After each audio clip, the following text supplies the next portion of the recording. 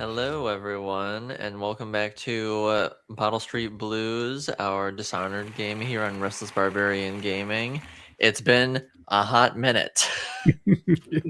It's been a while, but we're here to finish out this batch of episodes. Will more come in the future? I don't know. I'm playing this by ear. I'm just here to have a good time.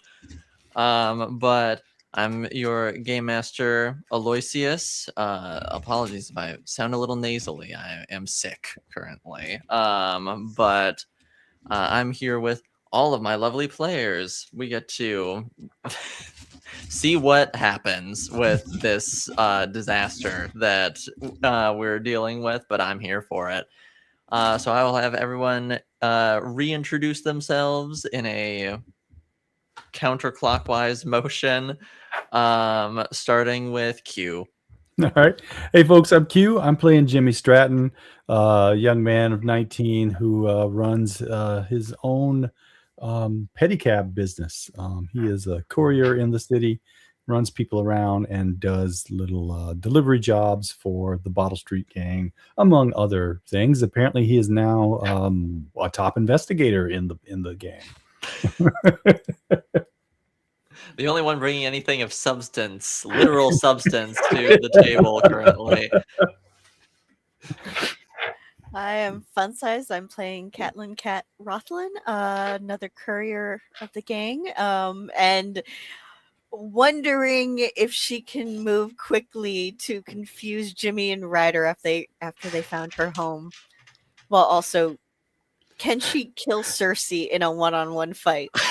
Come on, as drunk as we were, we won't be able to find your place again. It depends on if you find the hookers first, which they'll find you first, so possibly.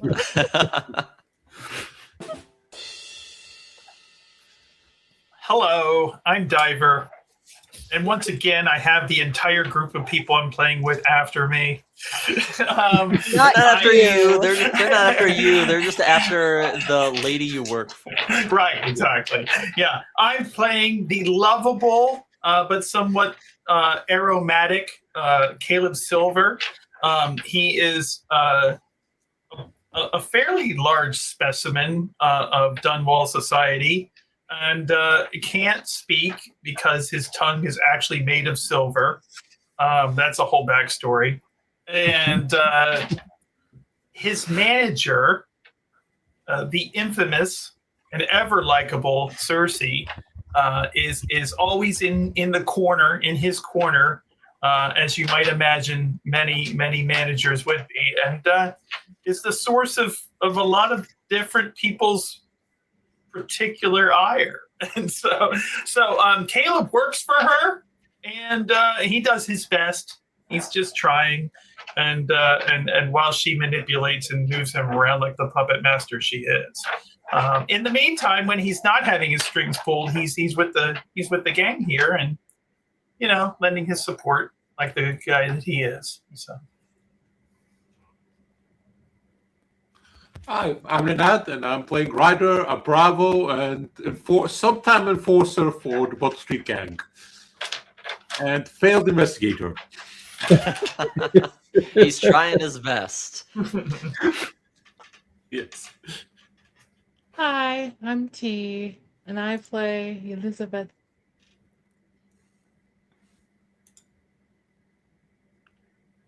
Oh. Are you there? Did we lose you? Shadow We Realm. lose you. She's a doc chasing knowledge. Oh. And yeah, if I remember correctly, Elizabeth essentially said, and now that we've hit 6 p.m., your problems don't belong to me, so goodbye. So we're going to see if she's going to continue to help the group, That's because true. she has She been went only home- partially helpful. I'll say that's true. She went home and straight up poisoned herself. Yes. And deliberately, mind you. Yeah. And was like, That's oh, true. I'm going to make a wicked antitoxin out of this. Yeah, For and she science. succeeded. And she did. She did succeed. She got Yeah. she got 3 vials of a diluted version of the toxin that she used on herself, and 3 antidotes for that toxin. Yeah, mad doctor shit. try to So yeah, that was understand. my introduction. Yeah, try to understand, audience in the crowd, viewership, that this is Elizaveta's ethical research. She experiments on herself, so it's like, yeah. I mean, there's something to be said for that. You know, And experimentation There's to something to be others said for that. She's she like- do for herself. She's like, if I die, well, that's on Right. me, I guess. That's right. So- That's right. It's ethical But this research. is also how much she believes in her research. right. You know? Did you have an And assistant I there think just that- in case? Yeah, I think Elizaveta is the type of person where she's like, I'm doing things that most humans would probably look at and say, that's really wild. You shouldn't do that. However, I think that if you really think you're brilliant, put your money where your mouth is. Put your life on the line. What are you, a coward? every single time. And Elizaveta is anything but a coward. Yeah. Her lab notes are mostly hypothesis. I will survive this. Yeah. Conclusion. Right. Did we She get is- into like her actual challenge? Because Elizaveta is like incredibly gifted with like, well, the attachments that she has and her science and everything. That's not her problem, right? Did we get into like what her personal challenge is? She's also trying to understand what children need because she has a child. She's Yes. not good at this. She's not good at this at all. She's trying her best in her own way. Right. Yes, she's trying to course correct a little bit, but it's essentially like it's kind of like a robot watching how humans act and being like, "Can I do that? I don't know. Let me mimic it until it feels somewhat natural, I guess." If you thought Vulcans were problematic parents, Right. Yeah. Yeah. Wait till you meet Elizaveta. This has resulted in a child that is like, oh my god, not me forgetting his age. Dima. But yeah, he Yeah, his age is what, like 12? 12? Yeah. Yeah, he's Okay, he's when did they say around- 12? I was like, he's not 8. He just, I think, is No, smaller. he's like around an 11 or 8-year-old. 12. we wouldn't know. We Um, haven't met him yet. And you never Right? She keeps him like locked No, no, away no, no, from no. the world. I would say some of you have seen Y'all- him from a distance, but Y'all Have are they not get trustworthy people. You are affiliated with the game. There's not Wait, gonna wait, be you're gonna be Very around this one? trustworthy. I would say Kat being the most offended she's ever been. I know. We really need a scene with Cersei and the little boy. Yeah, you know. No. just- Hi, No. how are No. We've been trying to get Do you have Elizabeth in representation? on the plot to Exactly. kill Cersei. It's like, oh, you want me to kill her? Just have her talk to my son. Right. I'll be on team kill Cersei. I guess that suffices for a catch-up, a recap. Yeah, more or less. You know, the most chaotic recap. But that's fine. We'll be picking up the following day. Probably just cutting to for Kat, realistically, just cutting to a few hours later. Since the elderly hooker came to Walked visit off you in the with night. her expensive wine. Yeah, came to Yeah. visit you in the night with some information, and then you paid her in good wine. Yeah. So we'll cut to early morning for you. You now have these two aliases, Dorothy and Jasmine. Mhm. Being the only two women who bet on both losers who fought Jacob in that fight. But that's about all you have to go off of, other than there was the substance that Jimmy found, but that in and of itself doesn't correlate who these aliases belong to or anything like that. No. These are dirty people. You're gonna find substances everywhere. So Stonewall. But only one of them was put into Jacob's cup, right? Yeah. Jacob, yeah. Sorry, I have a lot of NPCs I have to keep track of. It's all good. It's all Yeah. good. Or at least we're assuming it was put into his stuff. Maybe we should get him to try it No, and tell us if Cat it was the same knows. stuff. Well, that's up to you, but Cat was there with him, so Yes, I would say Kat definitively knows that something was up with him. She didn't know exactly what per se until you brought the substance to her, but did you leave it with Cat? Or did I Ryder take think it home? so. Let's say we did, because I mean, we brought it to you for, sharing the investigation and for getting advice. So Actually, I think we just forgot it there, but yeah, that seems More than that seems more par for the course with the state of mind you guys were in when you showed up to her apartment. yeah. They so drunk, I'm surprised they had pants. we did. know, We're not sure Kat- who they are, but we did have Yeah. pants. They're like, we almost left the bar without him, but someone reminded us, and Yeah. we put him back on before we left. You know, they passed by a lot of hookers. Cat didn't listen to see if they got out okay. Yeah. She just assumed it was fine. Yeah, So they're big boys. yeah, so you have this information, you have the substance. Mhm. I guess what's your move? Torn between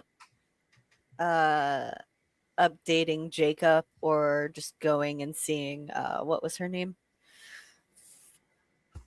Oh, Dorothy the dead Angel eel. Johnson? Oh, Roxy. No, Roxy. Roxy. Yeah. I don't know why that's the name I forgot. It's all good. But she is supposed to be laying low, and she doesn't have reasonable need to be at the docks yet. Yeah. Yeah, that is fair. So probably the brewery, just to make appearances and pretend to be working partially. Fair enough. Because it is not unusual to see her taking shipments out. That is true. She does that more, fairly frequently. Mm-hmm. See if Jacob's in. If not, then she'll swing around the pier. Yeah. All right. the docks. You make your way to to the brewery, and you sort of just look like you're just about your normal business, and eventually sort of just like work your way towards Slackjaw's office, where Jacob is currently working out of. And you notice that he is passed out at the desk. He seems to have fallen asleep here. Check to make sure he's breathing. You go over real quick, and sort of like as you touch him, he just goes, "Oh, sorry." I didn't realize you had that bad of a night. And he sort of like sits up and slicks his hair back a little bit. Yeah, just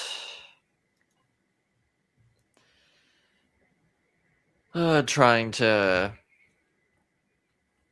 mitigate any future shit shows, I suppose. Yeah. She'll take the container, vial, whatever they left the drugs in, and put it on the desk in front of them. Well, it's a good thing we caused a distraction. Jimmy got in without anybody being there. Oh, I guess silver linings do exist, and he'll sort of take it and sort of look it over. Any idea what it is or where it came Well, Ryder from? said it kind of fucked him up. kind of how your first fight went. He took some? Yes, him and Jimmy were very drunk when they found me.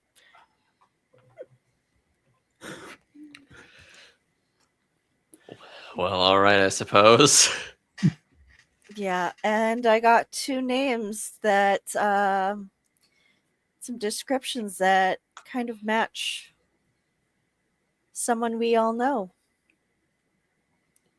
Oh, Tall, silent, slightly smelly dude. Woman who seems a little uppity, dressed a bit nicer than the rest of the crowd. he'll sort of just let his hand um with the powder in it to sort of just like rest back onto the table onto the desk and just be like, "Are you fucking kidding me?" No, I really wish I was, and this is coming from a very good source who was paid very well for the information from the bookie and from people who saw her. Yeah, Okay. Okay. and it was one of 2 names who bet against you in both fights.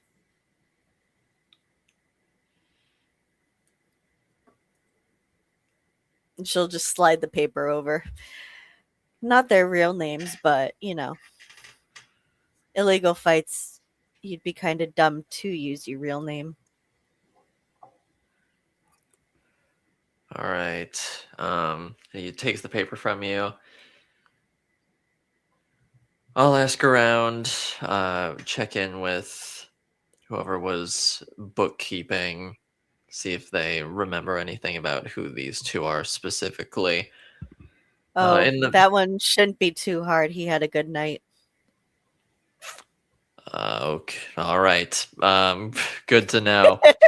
Um, in the meantime, could you, since you're already on this apparently, would you mind taking this and he'll pass the powder back to you and say,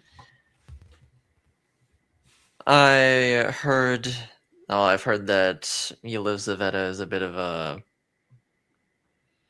chemist. Something of the sort, I think.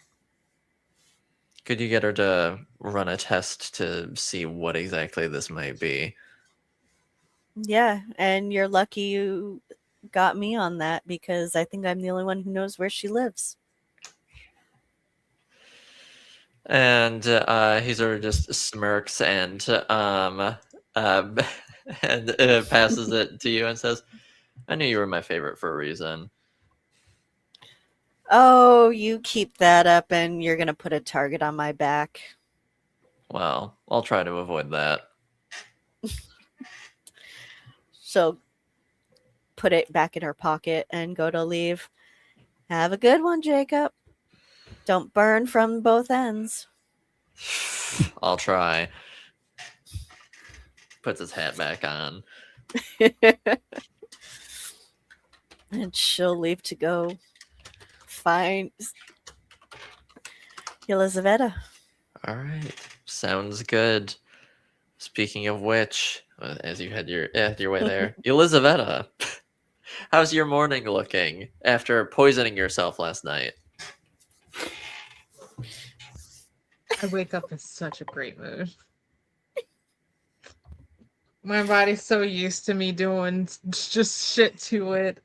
I feel like it's like, oh, it's been a hot second since we've gone through a fun little experience like that. And so I feel like he must have had to wake up and it's just like, wow. That was very nice. Okay.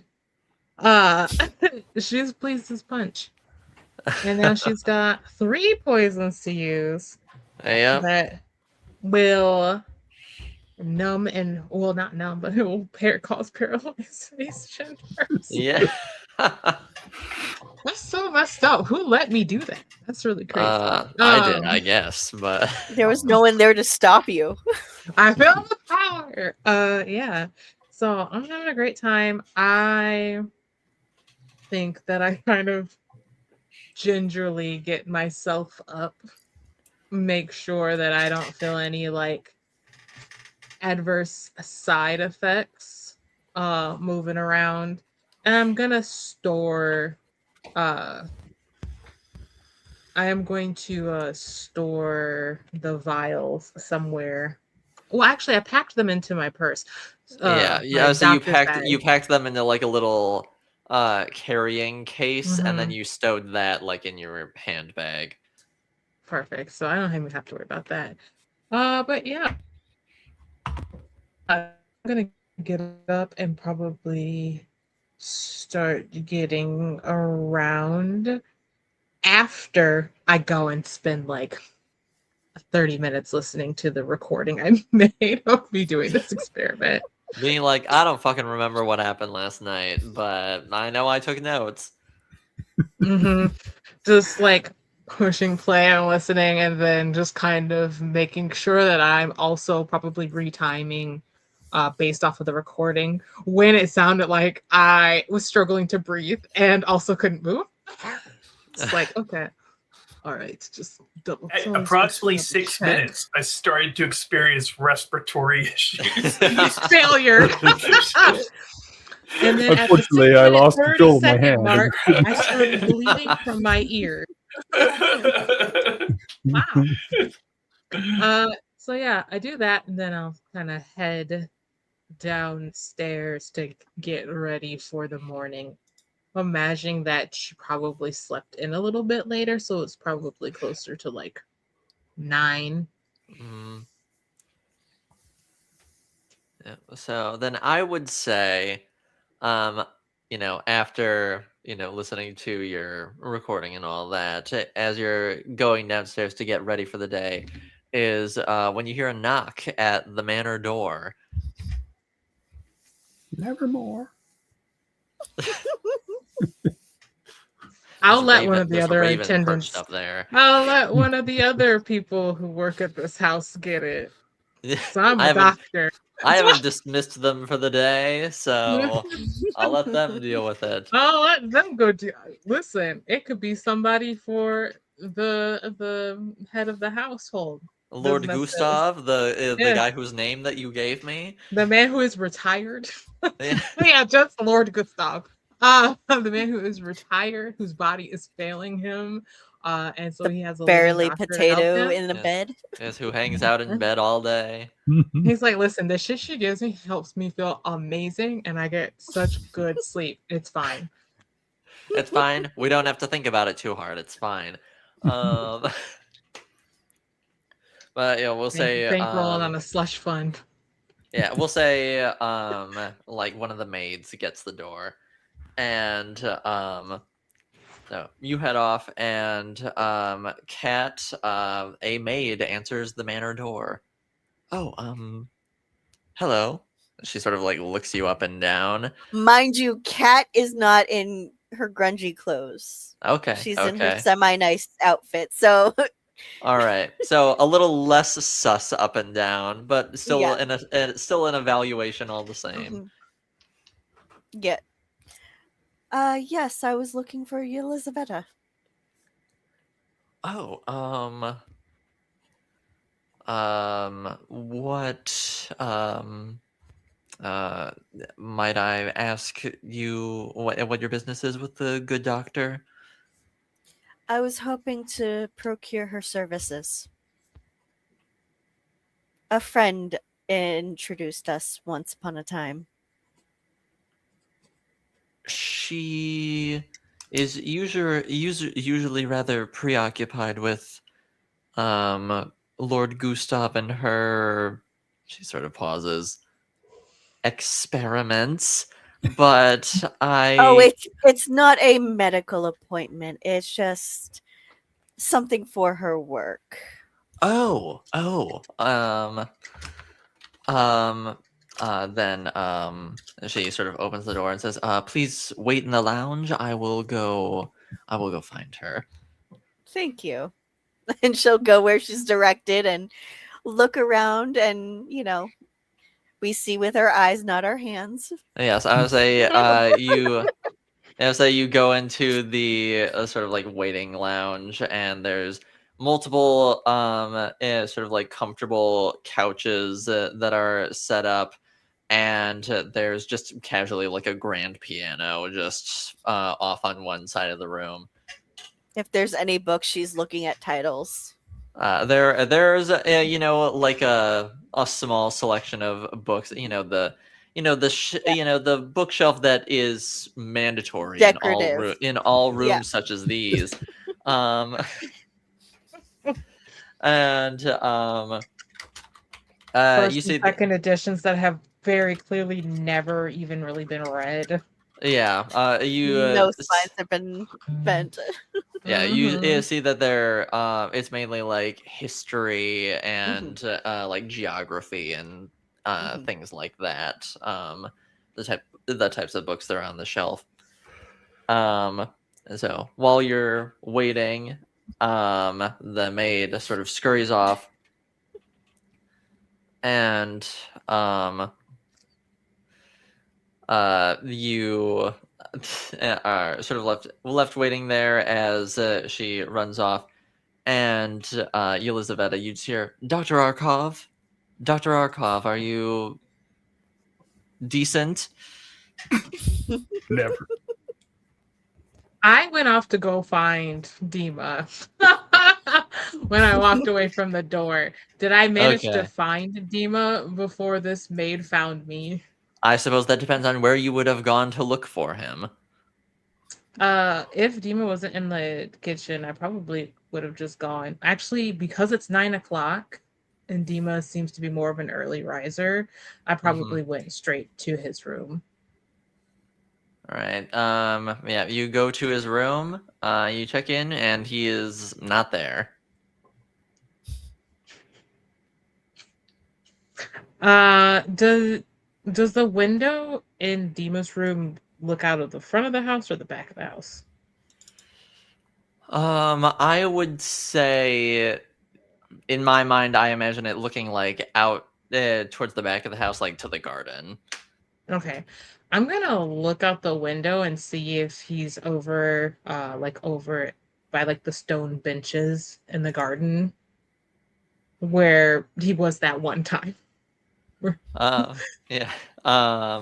You look over, and he just appears to be sort of like sitting at that spot in the garden, just reading.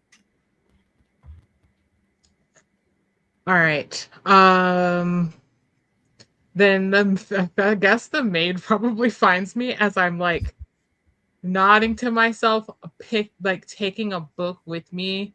Like, I guess I'm gonna go sit and read next to him. The book said that that's a good way to bond without being Dr. Arkov, intrusive.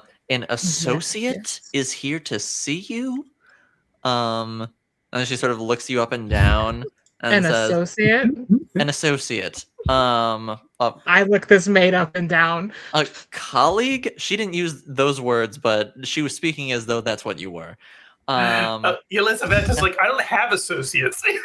Yeah. I either have employees or I have aunts. So I think she says she didn't say that, and Elizabeth is like, what did this associate look like? Me trying to remember Kat's description in my mind relays Kat's description. Okay. I mean, that's... But nicer looking. She's in her nicer looking clothes. She's seen Kat's nicer looking clothing. Okay. Interesting. I wasn't... Wait, that is not her accent. More Russian. Yeah. Will you see? Now I lost it. You said more Russian, and I was like, I can't do it anymore. More Eastern European. Broadly speaking. Anyways, Elizabeth tells this maid that unfortunately, I don't remember having any appointments scheduled with any associates of mine. However, I think I know what you're talking about. I suppose it would be rude to tell her to go wait down the street at the to name some random shop. And then Elizabeth is like staring at this maid just blankly with no emotion, just like confirm or deny what I've said. If that's rude, if humans consider that rude. Yeah. And she Human says, beings consider that to be rude. and she sort of like looks at you somewhat perplexed and says, yes, I do think that might reflect poorly on Lord Gustav and his home. Seeing as you are currently living here. So interesting how you're expected to be oh so polite and overly charming to people who come unannounced to a place that you didn't invite them. This country is so interesting with its customs. Is Tivia not like that, if I might ask? Not from my part. She starts heading downstairs. You leave Now the maid in the remember, dust. she was like a child. That's true. And then came here. I'll say that's true. She was a child, and she was from a pretty small Rural. town, all things Yeah. considered. Yes. But you head on downstairs. But yeah, she'll start heading downstairs. Yeah. Are you still in like a nightgown right now? No, she got dressed. She got around. Okay. Oh, I guess I didn't clarify that. Yes, when she got up to go and listen to her Okay. notes. Because she I was kept like, last I trotting heard, you around. just got up and immediately went to go listen to your research notes. So When I'm Right, working 'cause from that home, room I is, don't like, get out of my connected. pajamas. Yeah, and like that back room that she uses is attached to the room that she sleeps in. So it's like, but she would get dressed before leaving the room proper. gotcha. Okay. I So respect then- the way you play your character. Disheveled.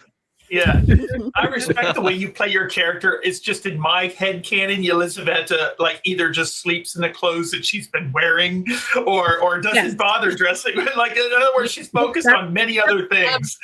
She does not have a nightgown. She absolutely sleeps just in her clothes, but she Right. tries to remember to switch to new clothes.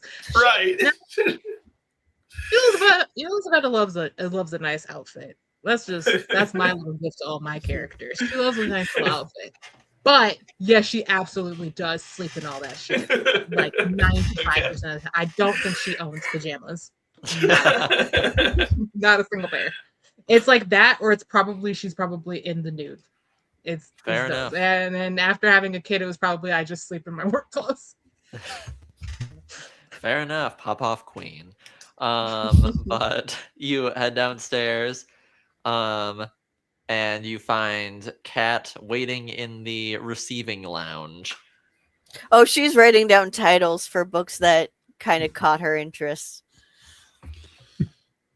Oh, good morning to you. Good morning, she'll say as she like kind of turns her head a little bit and then slowly straightens up, putting her notebook in her pocket. Cat or not cat. God. It's over to cat is what I was trying to say. We're all playing cat. We're all Everyone's playing cat. And kind of points to one of the books, just like you didn't write this one down, right? It's terrible. And the author is a total crock. Meh. Always good to see what information is right and wrong. I suppose, but you'll unfortunately be sadly disappointed. Don't give it too much time. Well, at least that's my recommendation. But How can I So help you? while Elizabeth was talking, Kat will reach into her pocket and pull out, I think it was a vial that they put the mysterious drugs in, and like hold it out to her. I was tasked to, deliver this to you. A gift? See if you could, somewhat. You also immediately. Is this for me? Is for me? Oh my god! Flattery and gifts will get you everywhere. And especially drugs as gifts. Do I But, get to keep this or? She'll look at her and go, Jacob didn't say he wanted it back. Oh, so this is a job. Slightly. Our wanderings yesterday got Jimmy the time he needed to wander the site without guards. So the fuck up was saved by Jimmy. Well, Yes. that's good. Well, Luck our fuck is up also part of was it. his cover, but also we may have a problem. And that would be? How do we extricate Caleb from Cersei when we take her down? I don't know feel about like- you, but I can't fight the big man. I feel like I feel like Elizabeth typically not really ruffled by much. Kat says, "How do we extricate Caleb from Cersei?" And it is very evident that until this very moment, Elizabeth had never even thought about that. That was never a concern. She was like, I don't know, maybe he's exactly where he wants to be. He's big enough to break her like a twig if he really wanted to. Kat sees Caleb as like a giant toddler with the strength of a grown man. And Elizabeth is like, so it's very clear to Kat, like, this is a new perspective that has just entered the chat. And she just, okay. So, like, you mean so this is like you want to save Caleb from. If we can, but we all know when Does he want to Cersei be says saved? it seems possible, but if Cersei says jump, he doesn't usually question why. He just starts jumping until he reaches the height she wants. Mm-hmm. Okay. He doesn't try to even So, out- you don't want to be patient.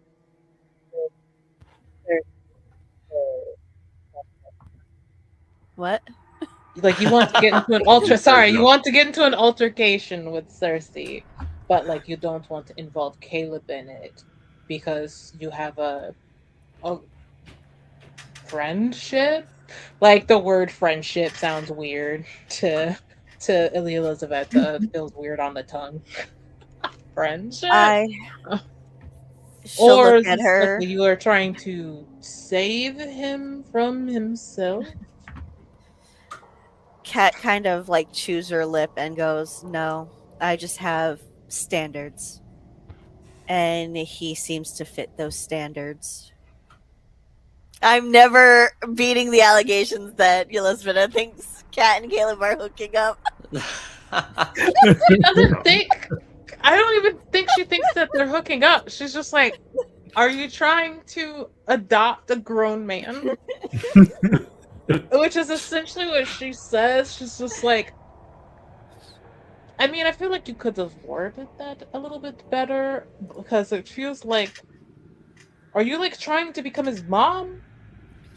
No, just someone who isn't Cersei in his life. Right. But if Okay. shit goes down, those Yeah. two drag 3 gangs into the light, one of them being us.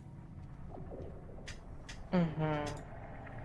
And I don't know about you, but I'd rather not have to choose between Slackjaw's punishment or jail. Because I fear my chances are better in jail.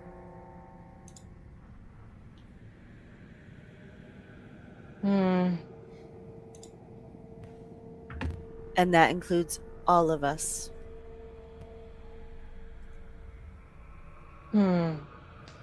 Elizabeth doesn't look convinced. It's just a lot of hymns. Like, I feel like if Kat had just gone with, yeah, actually I'm trying to be his mom, Elizabeth will be like, I know that struggle. It's like, girl, same. Fair. I feel that. Same, yeah. Same picture, same page.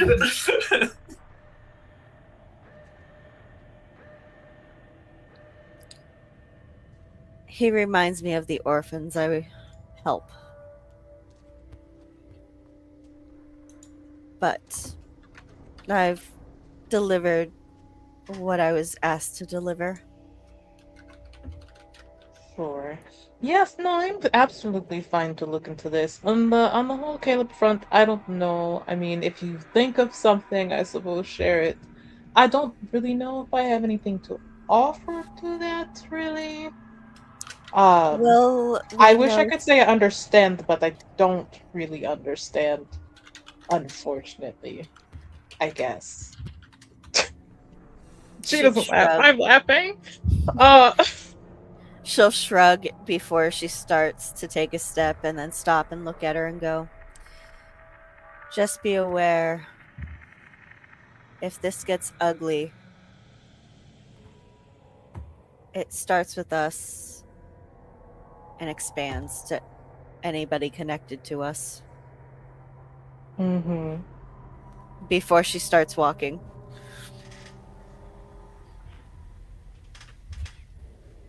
And she'll see herself out. All right, I will send word when I have more information. Bye. Oh, this cat's leaving. You probably hear the tail end of Elizabetta just saying, not even like quietly, but just saying like, does everybody not realize that I could care less about this slackjaw person? And the door closes. There's no Well, Kat's there's a no sense of local. danger there in her brain. Yeah, She's no, like- Kat's. Yeah, no, Kat's local. She knows of Blackjaw's reputation. And boy, does he have one. Yes. Yeah, I just think that she's like, well, you can die many ways, you can be tortured many ways. Some of those ways I've already experienced, so. But she'll kind of take a look at this concoction. She'll pack it in her bag for right Mhm. now. She is still going to go check on Dima, but she will make time sooner rather than later to start working on this. Alright, this sounds good. And as you do that, you will zoom on out. And I guess just being real, where did Jimmy and Ryder end up last night after their escapades? Back home, I believe we left it with I was gonna take Ryder home and then head home myself. I'm sure I didn't roll out of bed until 3-4 hours after the break of dawn. Yeah. Super Then, fair. Bright and early, noon. Hit the street, try to do some sweat therapy, get the toxins out, and Yeah. Be like, gotta jumpstart myself. yeah. I've got guard duty at the brewery. Alright, sounds good. And then a very real chance that Ryder and Cat just sort of run into each other, just going about business, provided Cat makes her way back that way. She'll make her way back just to let Jacob know that, yes, Elizaveta has it. Mhm. She let her know what was at stake and that jail may be preferable to the alternative.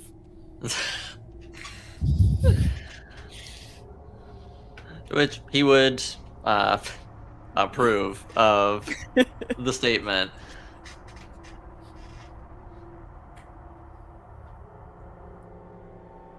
Cool. I'm sure Jimmy will get around to where's the place that we meet up with Jacob? The distillery. The distillery. Thank you. Yeah. I don't know why I said lost brewery. that word. I've also did the story. Sometime, but in the afternoon, try to check in. We need a bulletin board or something because we can't just pick the phone and check in. There's no group text. We need dead drops. Yeah. How do we check in with each other? I'm literally on guard duty outside the distillery, so I'm just kind of hanging out there. I mean, yeah. Well, Cat uses orphans. True. Overpowered telegraph. Go, my little sparrows. Find them. Pretty much. Like any good spy master in a fantasy series. Right? I use the children.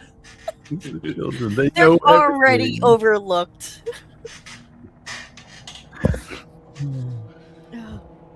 So, yes, there's a very, good chance that the three of you very easily run into each other at the distillery. Probably while Cat's making her way up the stairs and Oh, yeah. probably Out of the running office. into one or two of you. Awesome. Hey, good morning. Afternoon, Cat. She'll kind of pull out a watch, look at it, and put it back and go, oh, yeah. It Sorry is about that last time." night. That was fun though. But we Yeah, should we have should again. I don't know, sent an orphan over first or something. Cat's gonna look them both over to make sure they have all their parts. They, No, they, we're good. I say they look in one piece as far as you can tell. Yeah, I was thinking that the drugs that I left with you, we should have Yelly check that, see what if she knows what it is. Already taken care of. Awesome, you read my mind. Smart. Okay, well I guess I can go home then.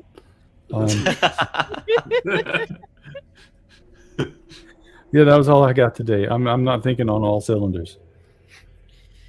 Oh, I am, and we better hope things happen a certain way. Just get ready to choose jailer Slackjaw. Wait, what? What? That doesn't sound like a good choice. If shit goes down, decide which is the worst hell you want. Why is it those two choices? Wait, what's who's She'll kind of again? look. He's the leader of the The gang. leader. He's our gang. Okay. Right. Yeah. She'll look around to make sure they're not being obviously overheard. I mean, if you're speaking in, somewhat hushed tones, people are milling about their own business. They got their own things that they're doing here at the But distillery. she's trying to make sure no one's actually trying to overhear, but she will lower her tone and go, All right. if Cersei was behind it and the Eels and the Hatters decide to go into all-out war, it could drag us all in. Yeah. So And I maybe know just- where I'd rather die, which is jail. we could tell them it was Cersei, Okay. and then they can gag up on her. And What are you planning to do? Nothing. So then why would you go to jail? I don't.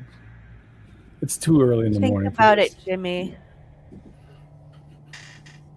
They're already looking at all the gangs a little closer than they used to.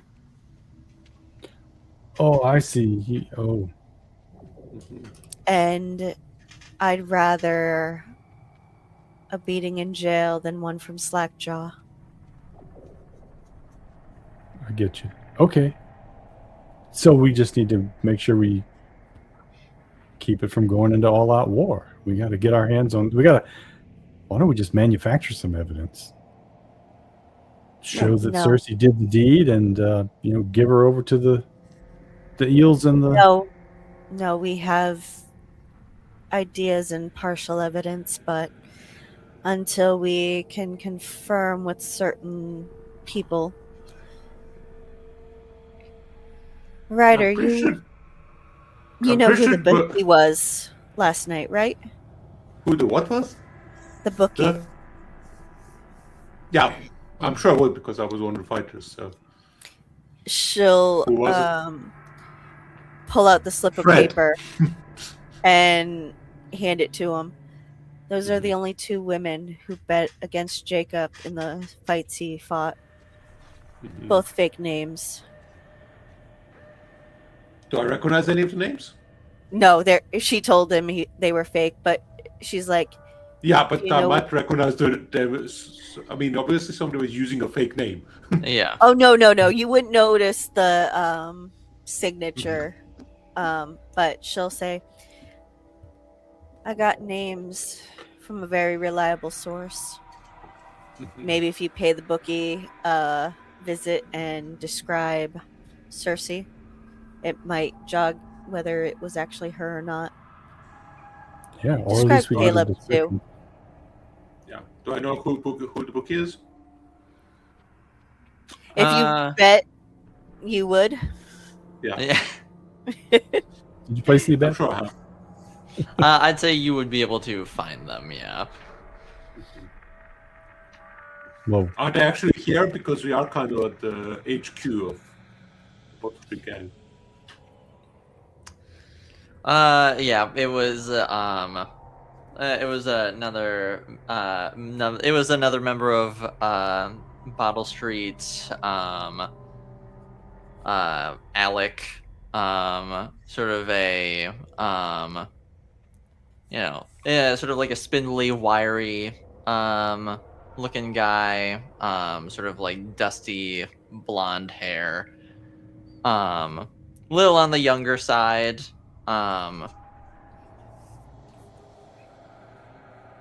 But too old to be one of Cat's orphans. would not too old to be one of Cat's orphans. Yes. It could have been. She's gotten a lot of people jobs. A lot of Could have them been once upon ended a up in the time. brewery. mhm. Okay. Hey, Alec, come here for a sec. Okay. And you sort of like catch him as he's like moving like a small crate full of whiskey around, and he sets it down real quick and hurries over. What's up? Listen, were you taking bets last night at the fight? I mean, well, it wasn't last night, but Well. Oh, yeah. sorry, the night before. You feeling Yeah, okay? I'm doing- You're looking all not put together. I'm fine, I assure you. Listen, do you remember seeing a woman who placed a bet about yay tall, shifty looking, long hair, nicely dressed, hang out with this with a huge stinky guy? A Remember huge her? stinky guy. I mean, I remember the huge stinky guy. It's hard to forget that. But well, I guess he wasn't that stinky, but he definitely had an aroma. Well, his clothes did anyway. But Yeah, I'm trying to get rid of that. Is Remember this who all was it? happening in front of Kat? Yeah. provided Cat didn't walk away, then yes, it's No. happening right in front of Yeah. Cat. she'll kind of look at him, look him up and down, give him a smirk, and go and describe Caleb and Cersei more. Yeah. And then read off which Do one. you remember which name was she used?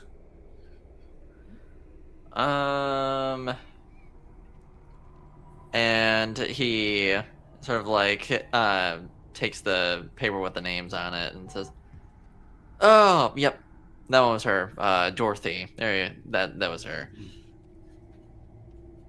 Figured it probably wasn't her real name, but there was plenty of people not using their real names, because even though we're all on the up and up, I guess you can never be too careful. So Yeah, no, that was her real name, and yeah, we probably shouldn't tell you that her real name is Cersei, but thanks. That's good to know. Was that it? Because I really gotta get those bottles. She'll really clap gotta him get on the going. back and push him away. Mm-hmm. Thanks. Okay, I'll Hey, take wait, that as a yes. I owe you a drink tonight. See you. Hey, Alec, before you go, Oh yeah. if you smelled someone again, do you think you could identify the distinctive aroma of the gentleman? If I smell someone again, Yeah, like say you I met don't just this go smelly sniffing guy. people. Yeah, well, yeah, but the distinctive aroma guy. If you stood next to him again, do you think you'd be able to recognize? We have the like this. smell? We have this lineup of samples for conversation for confirmation.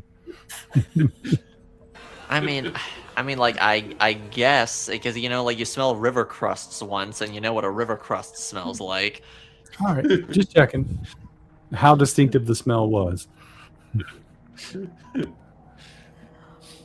Okay, and he wanders back over.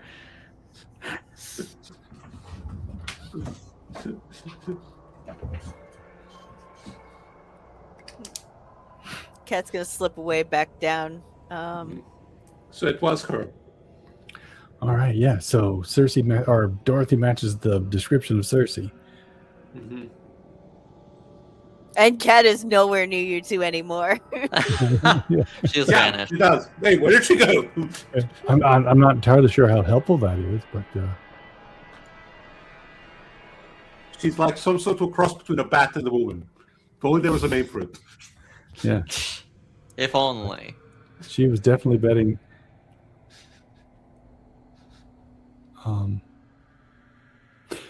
Refresh my memory.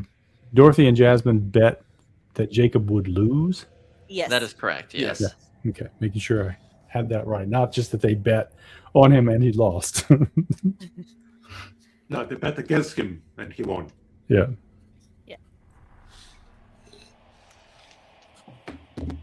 Yeah, so All right. Now, if we could just find out what that drug was and see if we could figure out who manufactured it and who they might have sold it to. yeah, because it is like very strong, so it's not a street drug. It's too strong for that. Right. Yeah. Kat said that that Yellie's on the case. She's examining the drug, trying to figure out what it is. So if she does, maybe she can figure out who made it. Hey, maybe she made it. I forgot. Well, it's kind of hard to keep track. Right. I wish I knew where Yellie lived and we could check in. I guess let's go find Kat. You don't know where Yellie lives, do you? Do I? Never been there. I'm pretty sure Kat's the only one at this point who knows. I think she was the only one who stalked her to her residence. No, Caleb was there. Oh, that's true. Caleb was also there. Oh, so great, two stalkers. So Caleb would also know, but But Cat's the But only where's one who's Caleb? been inside. that's true. Cat's the only one who's been inside. Yes. Do you think we should tell Caleb, or maybe just take him away from What? Cersei? No. I mean, I trust Caleb, but what if he lets it slip or something? I mean, she has this uncanny ability to read him, even though he doesn't speak. Yeah, that's quite impressive. So, not tell Caleb. Maybe just try and get Cersei away from him and then let Let's Kanto to like maybe let the gangs decide what to do with her. Yeah, I'm hoping we can actually, point to her having bought the stuff from whoever is the supplier, so that we can just wrap it all up, drop it with the dead eels, and go. Here's the culprit. You two gangs just sort of work it out and stay out of our territory. But I'm sure it won't go down that easily. No. Where'd Cat get off to? While they're having their discussion, Cat slipped down back to the office. Okay. And it looks like Jacob was getting ready to sort of like start walking out when you like almost bump into each other. And he says, well, I wasn't expecting you back so soon. Confirmation on who it could be. Dorothy as Cersei. Now the question is, do we separate Caleb from her or toss them both? Well, Caleb's definitely proven he has potential. So yes, but Cersei has a hold on him. As in, he wouldn't even agree to anything against her without her being present. Well, then it sounds like we need to have the two of them separated. Yes, but how to do that? And how long do you want to wait to give Roxy the news?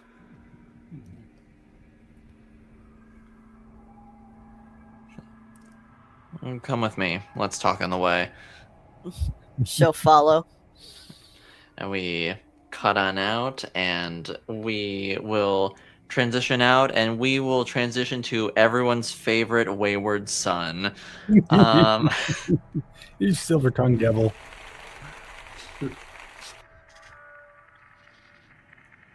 Caleb, how's this day looking for you? After what Cersei wants you to do, and with the genius plan that she has come up with. She has plans, as everybody knows. Cersei's always one step ahead, and so she does not wait around for people to come to her. She goes ahead and gets things done, and of course, Caleb is the one who executes these plans. So he knows what he's in for, and it's not like he ever really goes about doing these sorts of things in a jubilant or enthusiastic way. It's just kind of like she tells him to do the job. Yeah, that's what he's supposed to do. So he's like, okay, like in his head, this is kind of how. I mean, she did get him a better than normal breakfast this morning or dinner this evening. I don't know what time of day it is, and so like the meal was proportionally bigger and a little bit heartier and a little bit more flavorful than usual, which for him is an upside.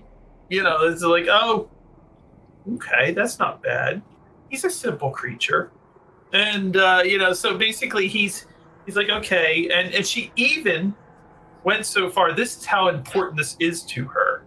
She even went so far as to cut him in on like a 15% cut from the sponsor that she is hooked up on this, because if it is possible to not only completely and totally absolve herself and like get rid of this situation, that's not enough for Cersei ever.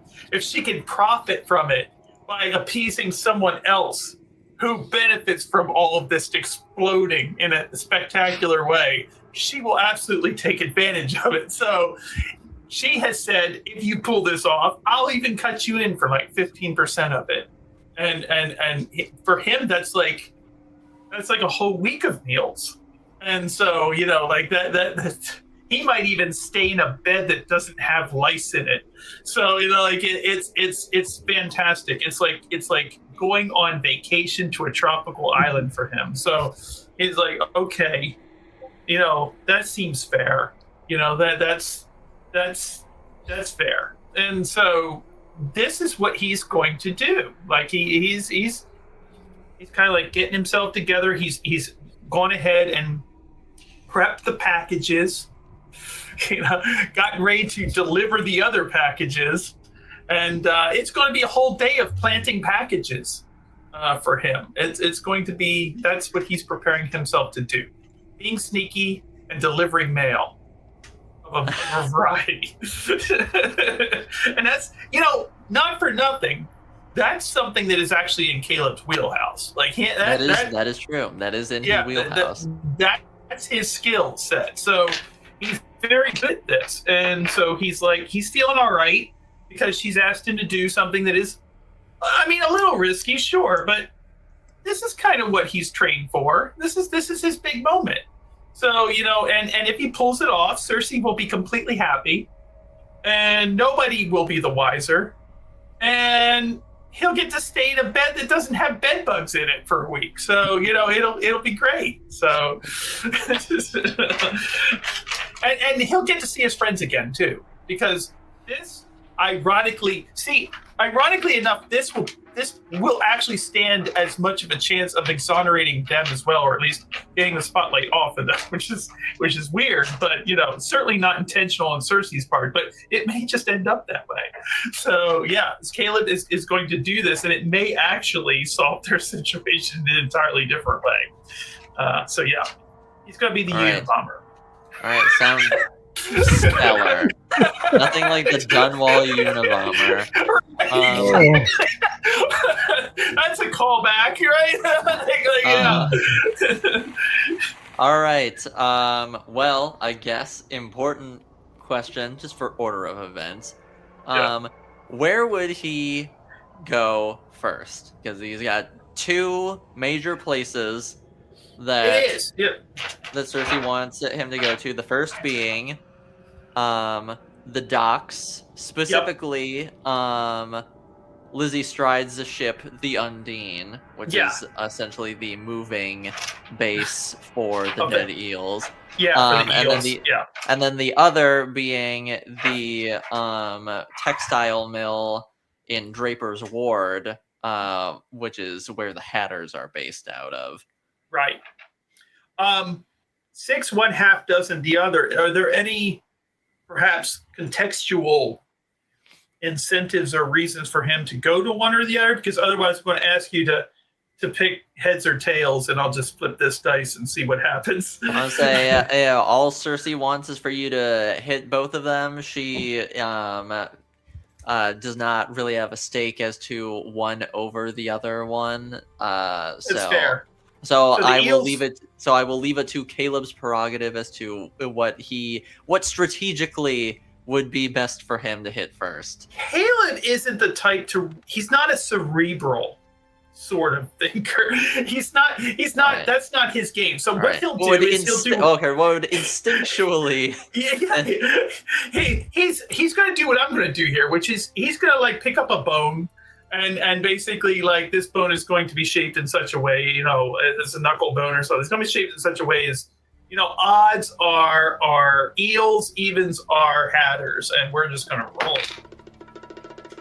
And that's eels. So it looks like we're sinking this, or at least we're planting our explosives on the ship first. All right, sounds good. Okay, then in that case, well, I guess I'll ask you, how do you want to go about, boarding this ship undetected? Because you can't swim. No, you can't. Well, that's the fish bite back. Yeah, exactly. The fish do bite back. Those hagfish are real mean. They are real mean. And so he is going to. Caleb is. He's kind of a big stealthy cat.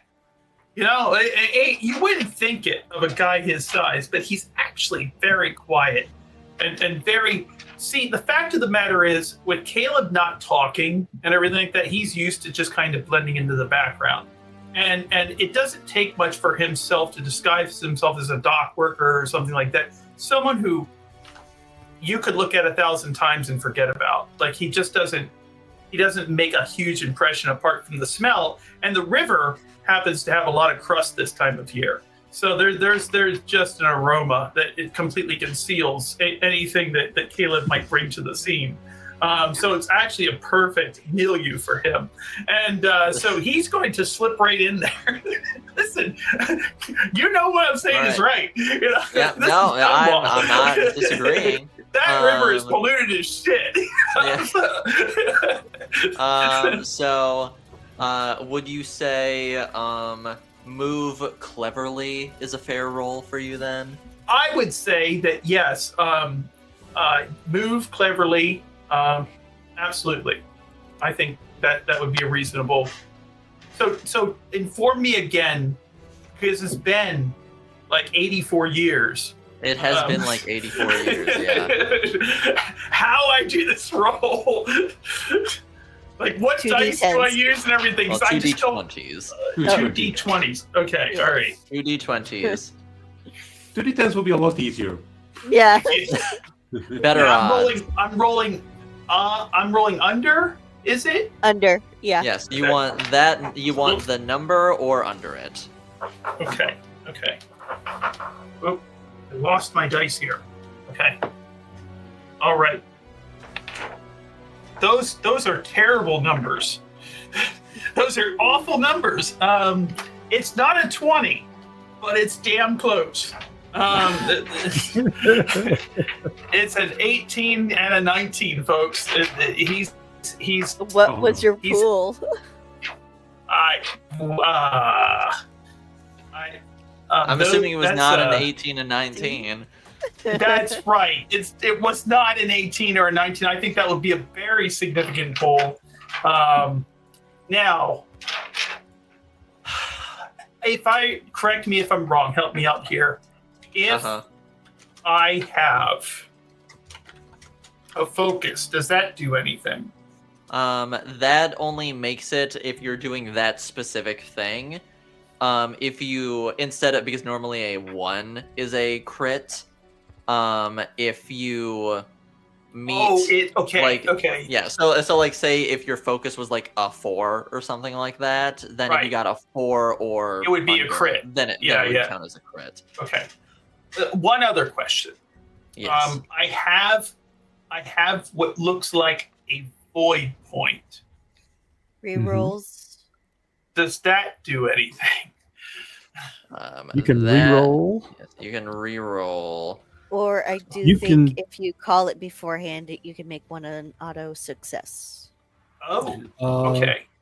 I don't think you have to call it beforehand. You just treat one of your dice as if it had rolled a 1 with a focus, as if you rolled a critical. Void points. Any die that you rolled, you can say that's a critical.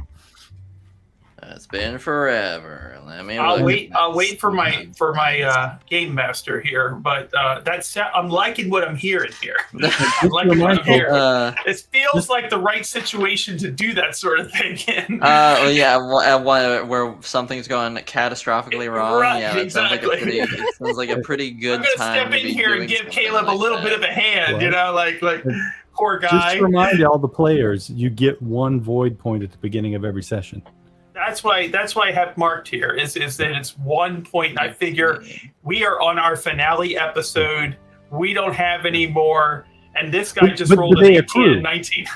They accrue. It's not that you start every game with 1 void point. At the beginning of every session, you gain a void point.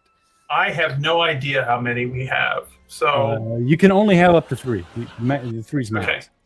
Well, that's fine. We'll assume that I have 3 then. I'm burning 1 right now for sure. Yeah. Okay. Yep. Okay. You can spend 1 void point to do the following. Reroll any number of d20s in your dice pool during a skill test, taking the second result. Can create a truth. Or you can treat one of your dice as if you rolled a 1 with a focus, even if you don't have one that applies. let's go with that. Let's go with the critical one with the focus. It feels right. Fortune is smiling on our silver-tongued, protagonist here, going about his business, and so he is invisible. He is a dock worker. He's just kind of moving things in, out, loading the boat and whatever. Hat, newsboy hat pulled down low, like that sort of thing. Just kind of, yeah.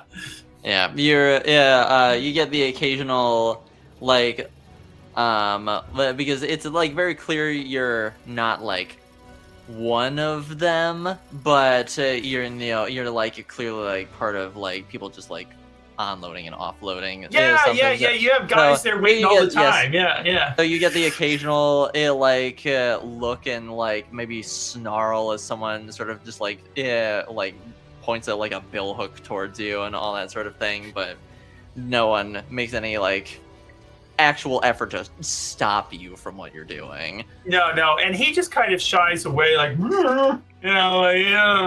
he doesn't talk back to them or anything because he can't. So he's just going about his business, being one of those temporary employee situations where he just kind of waits for work on the docks and does his thing. So he's loading boxes and everything else, just like everybody else is, and crates and whatnot, and cargo, and and because he's a big guy, he does it without complaint. Mm-hmm. Nobody gives a shit. Everybody else gets to relax while he's doing this. Yeah. So while you are in this guise, where would you like to plant this package you have come to deliver?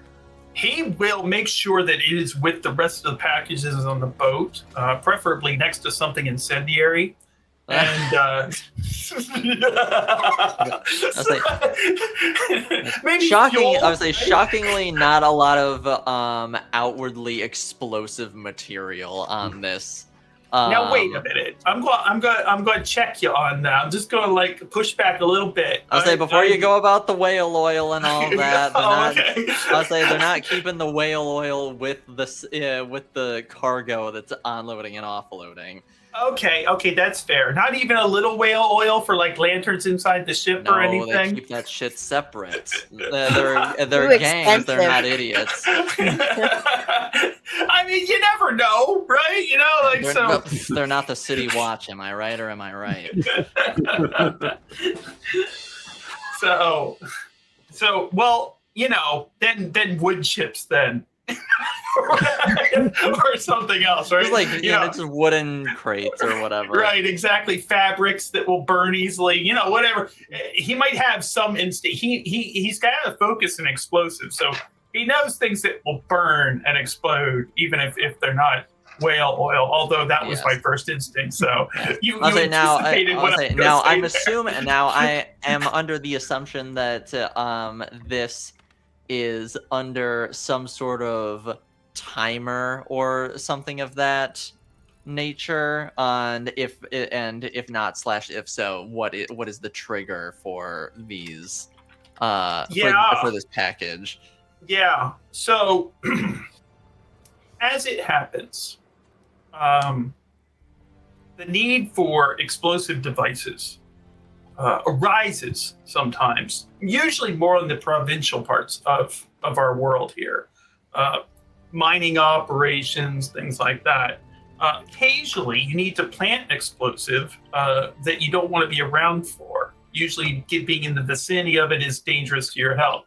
So, the idea of creating a detonation device or a chemical method of timer, perhaps, that a mixture will eventually ignite the fuse and cause an explosion. This is the kind of thing that Elisabetta would be able to fill you in on and break down for you how these things actually work and how much time you actually have. He didn't commission Elisabetta for this, but, Elisabetta is not the only one in the game. She's more interested in being the pioneer of her research and things like that. Explosives is kind of mundane. when it comes to like, what she does. So I imagine it doesn't need to be somebody of her caliber to put something together like this. You basically just get from the equivalent of like Dunwall Amazon or something, where you like, you hook, attach the timer to this thing, in this Victorian steampunk age, and it eventually will go off. And let's call it an hour. Let's just say that. It's a slow timer. It doesn't tick loudly. Right? Not all timers have to tick. Right? It doesn't tick, and so it's a slow burning timer. And because he does want these explosions to go off relatively close together. They don't need to, but it would be helpful if it did that. So if an explosive timer to go off in, say, 60 minutes would not be out of the realm of possibility, I think that's what he would go for, to give himself a little time to get to the textile mill. And if necessary, he might even commission the services of one of our taxi people to get him there. On an errand of sorts. So yeah. So that's what he's going to do. And he's going to conceal this so that no snoop, no person disturbs it, obviously. Tuck it under a nice big plushy rabbit of a whale or something, or plushie of a whale or something like that. So, like whale plushie. And, something like that, that they wouldn't move it. Although people would probably mess with the plushie. So something indiscreet, that would be. We'll just say wooden crates. Right. Yeah. Wooden crates, with like little nice deady old symbology on them and everything, imprints. Yeah. So, yeah. There we go. All right. So, in and out. In and out. Yeah. And you. No hagfish. No hagfish. Yeah. There could be hagfish. There's probably jellied hagfish or some shit on there, but that's not your problem right now. Yeah, that's right. So you deliver a package, get off, seemingly no worse for wear or anything like that. But time's a ticking. Time's a ticking, quite literally, yeah. And he needs to get from point A to point B in short order. So he will either do a Batman across rooftops, or he will commission the services of some taxi to get him there, an Uber driver of a kindly disposition. All right, and what would you prefer to do? Yes. Well, I mean, I don't see. He has petty cash that Cersei would have given to him to spend on this. I don't see any reason why he wouldn't, unless the cab driver happens to be someone who doesn't wish to make this journey for one reason or another, interrogate him or belay him on some. It's very important that Caleb gets to destination B in a certain period of time. So he get upset if he gets waylaid, on his way. So yeah.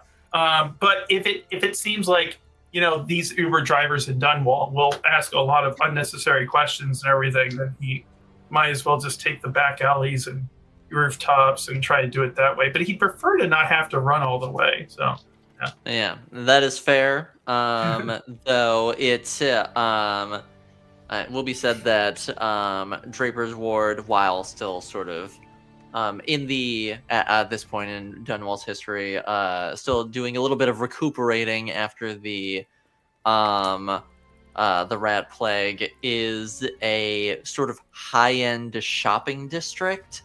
So people heading that way, especially if they're hailing a cab, would likely be expected to look a particular way, or potentially be questioned by said drivers.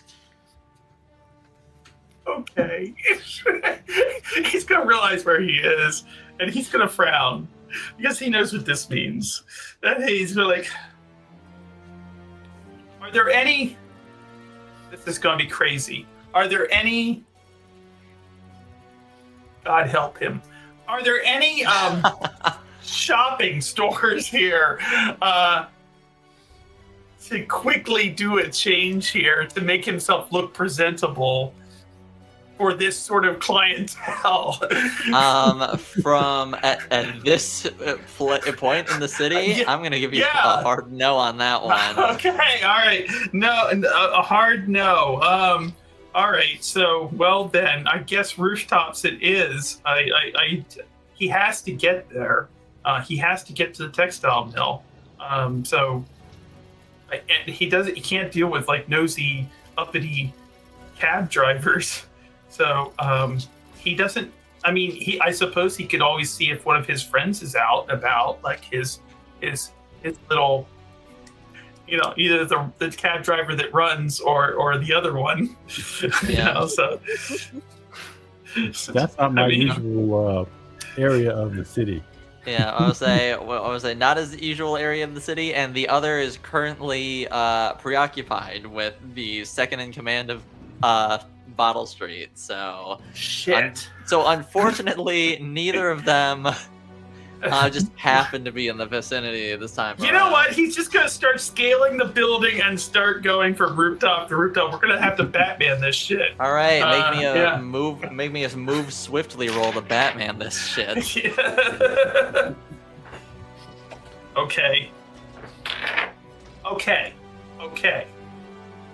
I've got one here that's potentially gonna be good. So you said move swiftly, right? Yes. Okay, so I did make that on one of the rolls. One of the rolls was 3, the other was 17. I don't know why he's rolling so high. So he did make one of them. I do have a focus in stealth. I feel like maybe this might qualify for that. Are you trying to be stealthy while I would say absolutely book it to the destination you need to get to? I would say that he's not attempting to draw attention to himself as he leaps from rooftop to rooftop, but if that might be impossible or very extremely difficult to do, I could understand that too. I'm not saying that it's impossible to do or anything, but I just don't think that that's necessarily his priority. That's probably not his priority at this point. You're probably right. So we'll go with the one success there, that he's under the gun, he's stressed, and he certainly hoped in his heart of hearts that he would have found some transportation there. But society is always against him. So like he's just like, okay, fine. I guess I got to do this myself. So yeah. Yes, and so we'll say that. You do manage to finally get to the general area of the textile mill. But you do know that took more time than you would have liked, and so you know that time is currently not on your side. Not on my side. If you are going to be enacting this plan. He's a little stinkier than normal because he's absolutely covered in sweat. Yeah. Yeah. So what is your plan now? All right. So he's running out of time. We're at the end of the episode. He's running out of time. He is on the outskirts of Draper's Ward and then sort of near the textile mill. But what is his move from here? I would like to... This is going to be a terrible roll for him. Maybe he'll make it, though. I would like him to study, well, that's probably what it'll be. It's up to you what it is. He's going to look for the ideal place to plant this package, in the sense of so he's got a whole textile mill to work with. He would look for a structurally visible, weak part of perhaps the foundation, a place where maximum, or at least visible, noticeable destruction could happen if he plants this device close enough to it. Balancing against that, the fact that he doesn't want to have to talk his way past a dozen cards or anything like that, because that's not exactly what he does well. So at all. So any chance of him being able to like,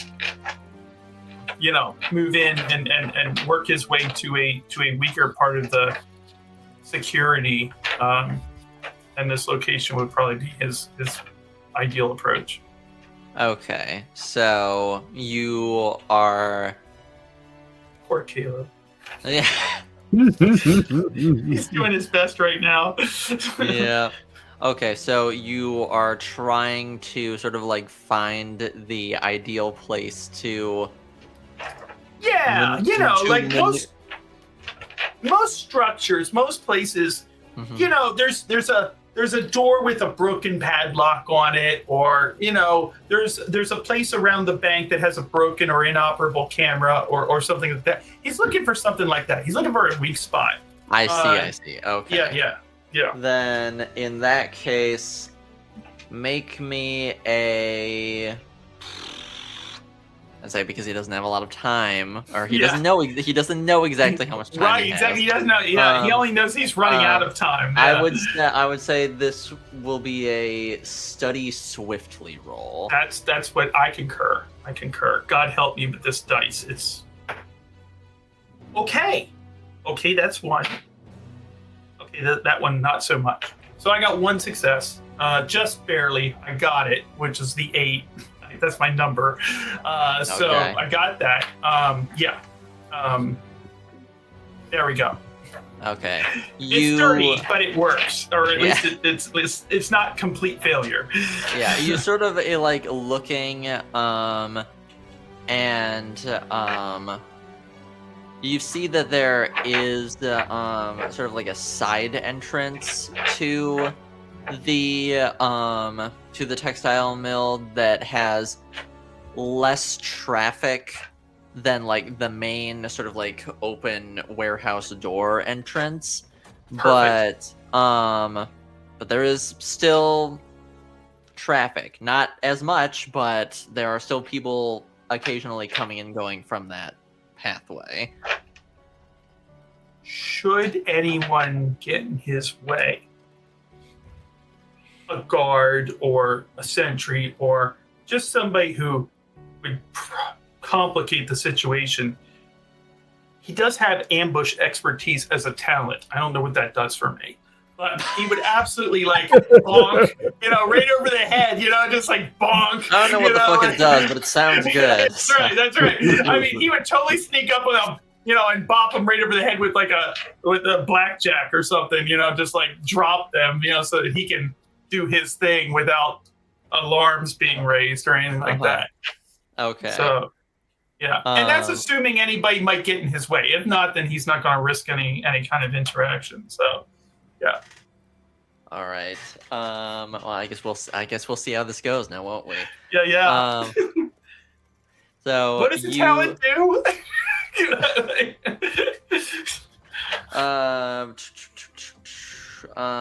What is it called again?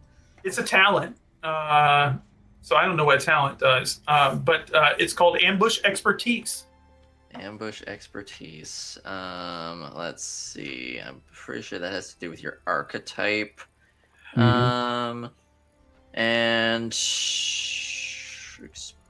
Sorry. you're a hunter, correct? Yes, I believe. that's correct. You got me. Yep, Okay. I'm a hunter. Okay. Ambush expertise. When you make a ranged attack against an enemy who is not aware of you, and so you a spend rock.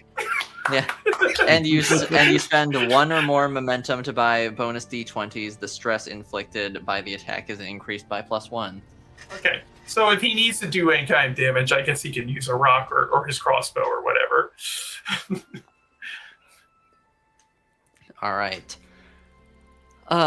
So you start making your way there. You sort of circle around. You still, look like a. You don't necessarily look like someone who works here, but you look like a working class individual currently. Yeah. And a They very, all look very, the same. a very sweat-soaked dock worker And thankfully, once again, the place is on his side because textile mills stink. So, like, they're like paper mills, right? They just stink, And sort of work around to the side entrance, and there's like two other workers that are like coming out as one's going in, and it looks like there's sort of like one sentry or the guard just standing to the side, just more or less like watching. And he sees you approaching, absolutely coated in sweat, and just says, "You good, pal?" Sort of like looks you up and down, and says, you know the waterfront's back that way, right?" Yeah, he's got like look around, point to like some package or some like some box or something that he's supposed to be carrying, and yeah, and you can tell the guy's immediately gonna tell this guy can't even talk. Like he's just he's no good for conversation. And he might have a special condition. He doesn't know. So, I was like, and he'll sort of like look at you and says, "Look, pal, I'm sorry, I can't help you here, but I'm gonna have to ask you to get out of here. I know most of the folks here, and I ain't never seen you before, so."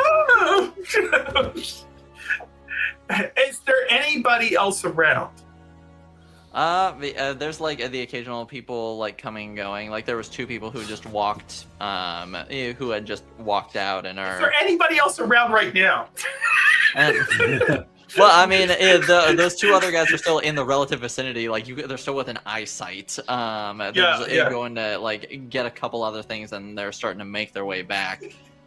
Yeah, that's what he's going to. I mean, what he's going to do is he's going to wait for them to like turn around, and he's going to make like he's turning around too. Like, okay, he's going to shuffle off, and then he's going to turn right around. Bonk. This guy, like as soon as he turns around, he thinks there's nothing happening. He's gonna go bonk, and try to get by him and just drop him like a sack of bricks. So yeah. Okay, make me a fight swiftly roll. Awesome. Okay, that's a terrible number. Not a 20, but terrible. Okay, this is going to go badly. This Caleb, is fantastic. buddy, I can't wait. Now, this is 219s, folks. So yeah, about the worst you can roll besides a 20. I never rolled this high on a game that I actually need it for. so like, this is the one time where it's like, great, I've rolled like 18s and 19s this whole game, and so yeah, it's not great. Now, I was informed that we had void points saved up. Those are yours. Like to, yeah, exactly. I would like to deploy void points if you'll let me, but otherwise, yeah, it's 2 19s. You gotta use the void point to make one of those 19s a crit. Yeah, right? That's what I'd love to do, yeah. But I don't know what we had last session or anything else, so yeah. I don't know. I do not remember either. So I'm gonna not allow it. Because I think that's narratively more interesting. Okay, that's fair. That's entirely fair. Hit me with the narrative. Yeah, I love it. And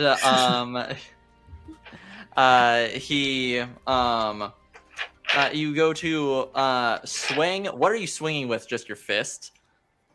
Or what are you swinging at him? Yeah, either his fist or a blackjack. Just like, like, what, like blackjack is basically Yeah. So like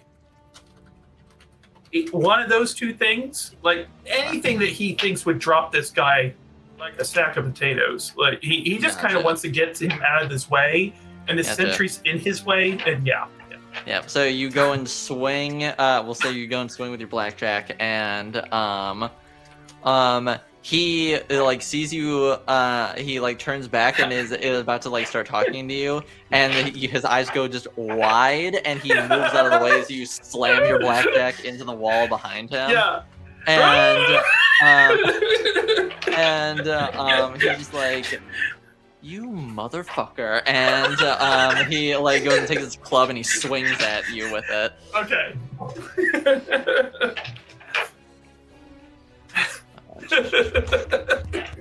And he just like cracks you on the jaw with his club, and you take 2 points of stress from him hitting you with that. Okay.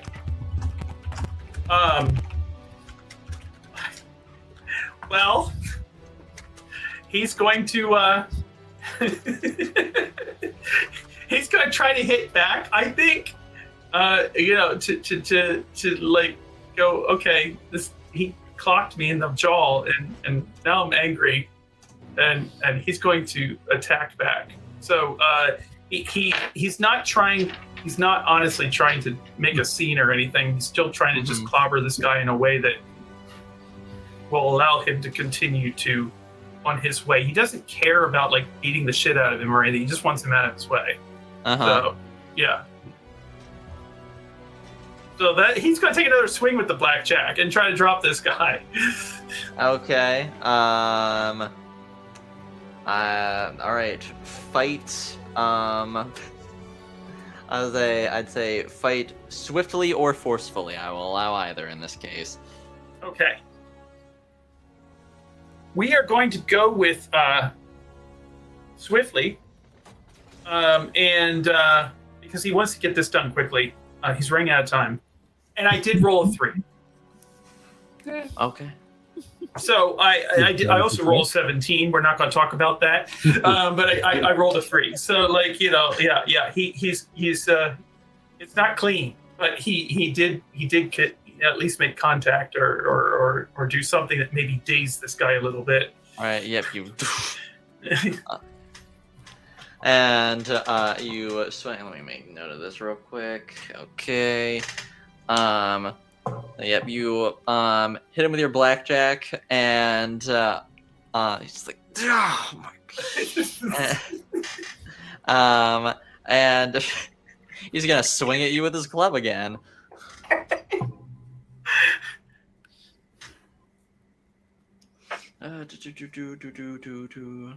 Roll high. I'll say that will barely hit for him. So okay. He doesn't quite hit your jaw this time. He just sort of like hits your arm that's holding the blackjack, and does another 2 points of stress to you. Damn. Okay. I'm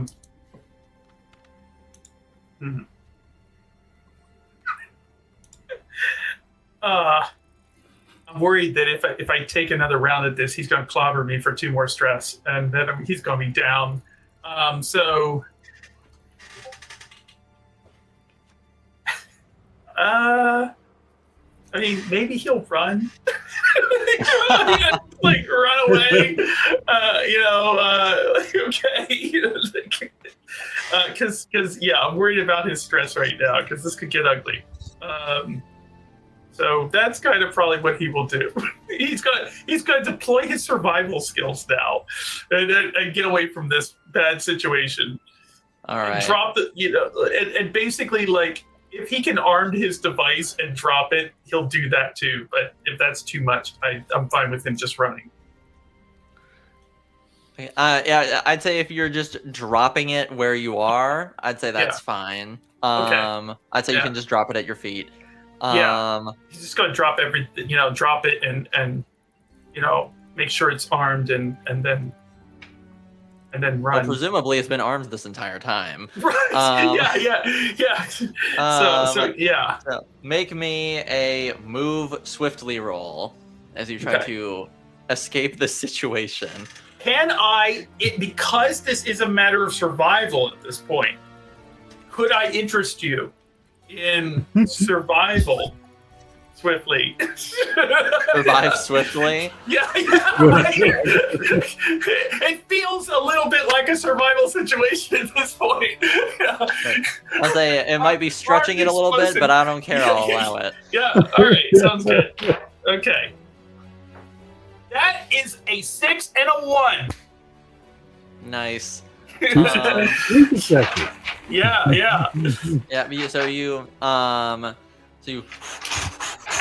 just fucking sprint away as quickly as possible. And I'd say okay. And just as you get out of sort of like the like stone wall that's bordering the textile mill, you just hear and see this explosion from behind you. We're still outside the building, so very minimal structural damage to the exterior. But there's like wood splintering going everywhere. You hear multiple people scream as they're caught in this explosion. And yep. Not exactly as you wanted, but he did his best. But I do believe that explosion number 2 would happen elsewhere in the city as well. Yes, right that is about true. now. Yes, you can assume that is indeed the case of what's happening, but no one else relevant is around there at this time to confirm that is indeed the case. Having done whatever job you may call that, I don't know if it was a good job, but like he tried, he did his best. He will, in the chaos and the carnage of this explosion, escape with the fleeing crowd. There's definitely like fleeing nobility that are in Draper's Ward right now, just looking over and being like, "Outsider's blood," and just starts running. Yeah, exactly. So yeah, he will flee with the rest of the fleeing crowd and eventually break off and disappear into the alleyways as he can. So yeah. All right. Drenched in sweat. Cutting back to a much calmer scene. We'll head back over to the home of Lord Gustav, where Elizaveta is. What time is it? We'll say at this point, presuming you went in to sit with your son and just read next to him for a while. I will say it's probably like early afternoon. Okay. Then yeah, probably like after like an hour to an hour and a half outside. So you said it's early afternoon. Yeah. Anyways, after lunch, she'll go back upstairs to essentially get to work on trying to decode whatever this shit in this vial is. Oh my god, she's so intrigued. Yeah.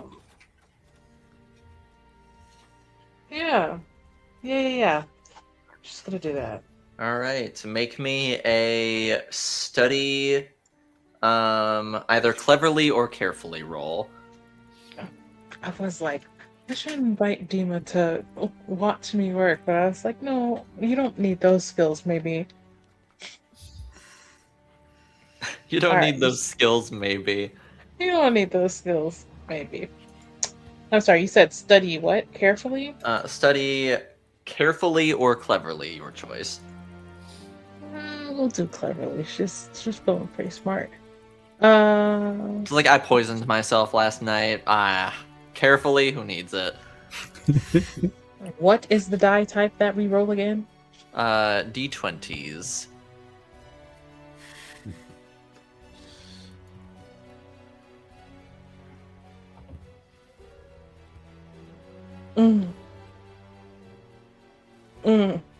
Well, I know what my void points are. Are you able to use void points to to change one to a crit, or Yes. is that only moment I would like to spend one because I don't roll Yes. like In fact, it's only absolute void for that. garbage. Momentum is for other things. Yes, momentum is for other stuff. Okay, yeah. Let me mark that. Let me mark that. Oh, I did not This is some get me even roll close. here. I didn't even get close. Okay. So then, instead of having 0 successes, that would be is a crit just 2 successes? Yes, a crit is 2. Then there's just 2 successes. All right. After a bit of struggling, This is We so could- common. I just don't. It eludes me. I was like, Who the it's fuck so put this together? mundane. What is this? Clorox? But you So common. It's confusing her. I was like, you go in so confident that you're like, oh shit, I guess I should actually Right. focus. And eventually you sort of like start looking into the trying to like look into like the sort of like chemical and reactive compounds of this substance, and you come to the realization that it is the powder of is the powder of a dried up flower, dried up like Arctic flower that only grows in Tivia.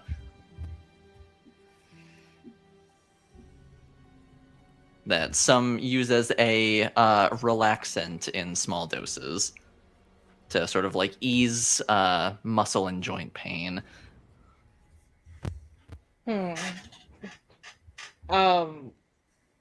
Okay, in what happens if you have it in large quantities? In large Curiosity. quantities, it can make you woozy, nauseous, and in some cases, if you have too much, it could just kill you in a couple cases. Okay. Is this like a common flower in Tibia? Like, or is it from like a specific region? I'd say it's not uncommon, but it's not necessarily the easiest to get your hands on, just because of where people have to like venture out in order to get it. Okay.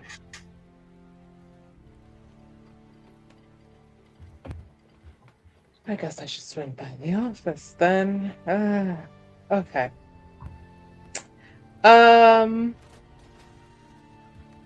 Did Kat tell me any more information about this? Other than, hey, we found this drug. Can you look into it? I don't think any context information was given I at think all. she said Jacob wanted you to look into it. Yeah, she Yeah, said like that that's Jacob. the- Yeah, she said that Jacob wanted you to look into it, but she didn't say why Jacob wanted you to look into it or like what it was for or anything like that. Just Sure. I don't even think she told her writer had tried it. No. Oh, Jesus.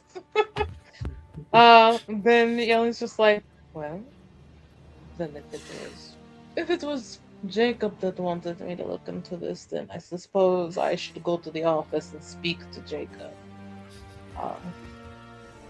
I probably should have asked more questions, but honestly,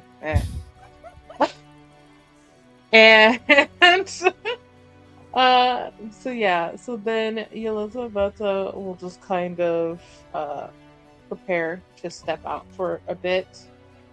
uh-huh.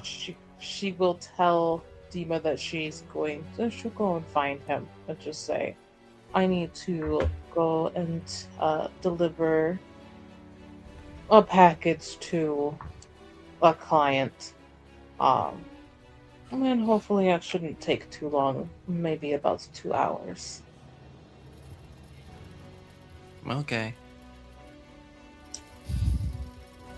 What? You said it's early afternoon? I should Yeah. be back in time for dinner. I'll see you soon. Awkward pause. Uh-huh. I'm just like, don't. I know you typically don't, but do not open the door for any random people. Okay? Okay. Also, just on the off chance that anything strange ever happens where you just feel, where your instincts tell you that you should feel like a little off, or you feel a little, I don't know, concerned, if you feel that, I feel like she's gonna like write down, I am okay, let me not assume, but I'm Mhm. kind of assuming that Elizabetta has would know of how to direct a message to Misha at this point, because she was just like, hey, if something happens, I need you to make sure that my son is good. Uh-huh. Since they had that conversation, Yeah. I was gonna be like, she's gonna write down a phone number to call a safe quotation marks safe adult, but we don't have phones, so Nope. she's gonna say, your uncle can be reached here if you even if you're just like you want to go and hang out with your uncle for a bit. He sort of takes it. But I will be back for dinner. Okay. He looks at the paper one more time, then sort of just like puts it in the front of his book that he's reading, so it stays in place, and then just goes back to reading. I think Elizabeth pauses for a second and is thinking about what Kat said, and is also kind of in the same vein of like, now why would you bring me into this? Why would this mean that I need to either go to jail or be killed? That's so crazy. Think I would be here? I would just. He was trying to warn her that Slackjaw, if he survived, would possibly start moving down the family line after he got done with you. The last thing Elizabeth is ever going to be afraid of is a man. So he's a mortal that bleeds and chokes on poison like everybody else. More power to you. And that is probably a very fallible stance for her to have. But also, there's evil people everywhere, you know? There's crazy people everywhere. But I think that makes her pause. She just kind of sighs. And then is gonna kind of get down, like crouch in front of take a knee. I don't know. Take a knee in front of Tifa's bed, where he's like reading, and say, Dima, I want to have a quick conversation with you. He sort of like almost like somewhat annoyed, like puts the book down and closes it.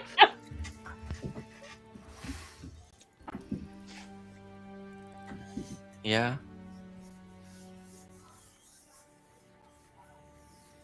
You're a very smart child. And I don't believe that's like keeping you, shielding you from information that might be important for you to know is a good idea. There is a potential that something bad in this city could happen. And if that does happen, there's a potential that it could spill many, many different ways. Now, I'm normally pretty good about sniffing out danger and making sure that we're not there to catch any brunt of it, but there's always risk. So, if I'm not able to be home when I said I will be,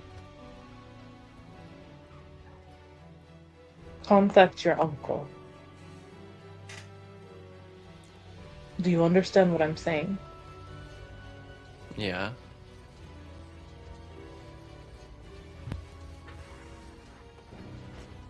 Like I said, you're very smart. Trust your gut.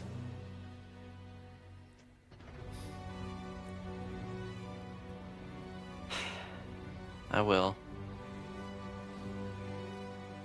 She kind of nods and stands up. Says, I will.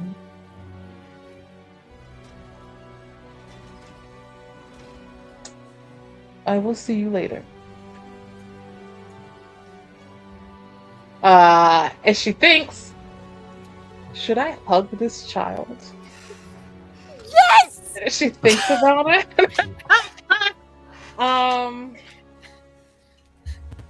So I think she kind of leans. She's screaming, yes, please. She looks like she's gonna go, and then I think she stops again, and she just kind of maybe moves almost a little too fast. But like, yeah, that kind of motion where it's just like, and then she just kind of pulls Dima into a quick, tight hug. I'd say But you feel. it's not- I'd say you feel him flinch when you do that. That's fair. I don't think she's hugged him. If I'm being quite honest. Not other than like just regularly holding a small child. I don't think she's a huggy person. Like, I imagine he's doing the cat thing right now. I'm just like, why are you hugging me? That's so, like, they're like, Exactly. it is very stiff as a board, sort of just like locked up sort of situation.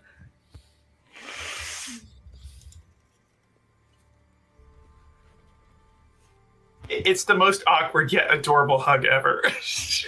Yeah, it's like she hugs him. But even though he obviously like what is happening, it is markedly the least awkward that she has been in terms of physical contact, probably with him ever. Just real quick.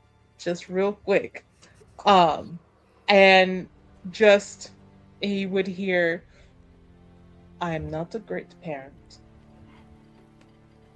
And I don't say it enough, but even though I don't know how to do this, it doesn't mean that I don't love you. So make sure you take care of yourself first and foremost, regardless of what happens to me. And then she lets go of him and she just leaves. She just walks out, not fast, but she just like straightens herself, and then just leaves. And unless he says something, she's just gone. And it's fine if he doesn't say anything because she's essentially like, he's not gonna talk to me. He's fucking shell shocked, anyways. Yeah, I think after you like leave and close the door, you hear like a muffled bye.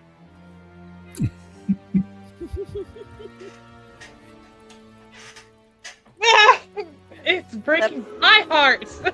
That poor kid is so confused. We're all confused. I feel emotionally constipated for both of them. Mood. Yeah, so you know, she just kind of like for a moment, quiet, and then continues like out like to, and she heads to the office. We have to go to work. Emotions? Ew. The start of emotions? No. Yup. Absolutely not. You gotta nip that in the bud Let's go right to work. here and now. Disgusting. Yeah. I don't have those feelings. Gross. What is that? Then you head on out, and we will cut away. We'll cut to as we're sort of rounding out for the evening. Sorry to leave on a cliffhanger, but it seems to be how it's, season 3. how it's gonna go. We will cut back to Kat with Jacob, and we'll say that you two are heading. Anyway, doesn't matter. You guys are. I was like reaching for something, and I was like, it has vanished entirely. But you guys are walking and sort of heading a little eastward out of the distillery district, and eventually find a sort of like an old-timey pub, and he sort of gestures and says, I know someone who's less directly involved that might be able to help us with our situation.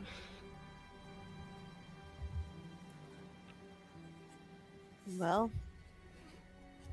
it's either watch the city burn or get this done quickly.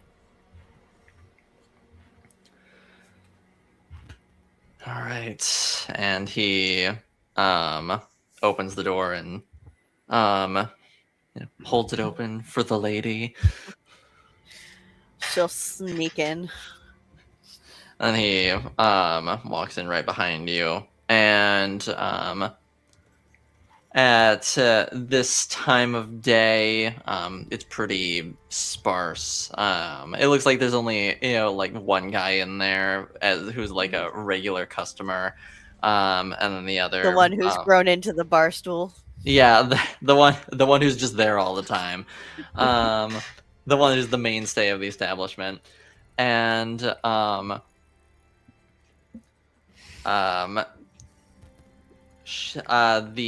bartender, who's this sort of like Sarkonan woman in like her maybe like mid-30s, she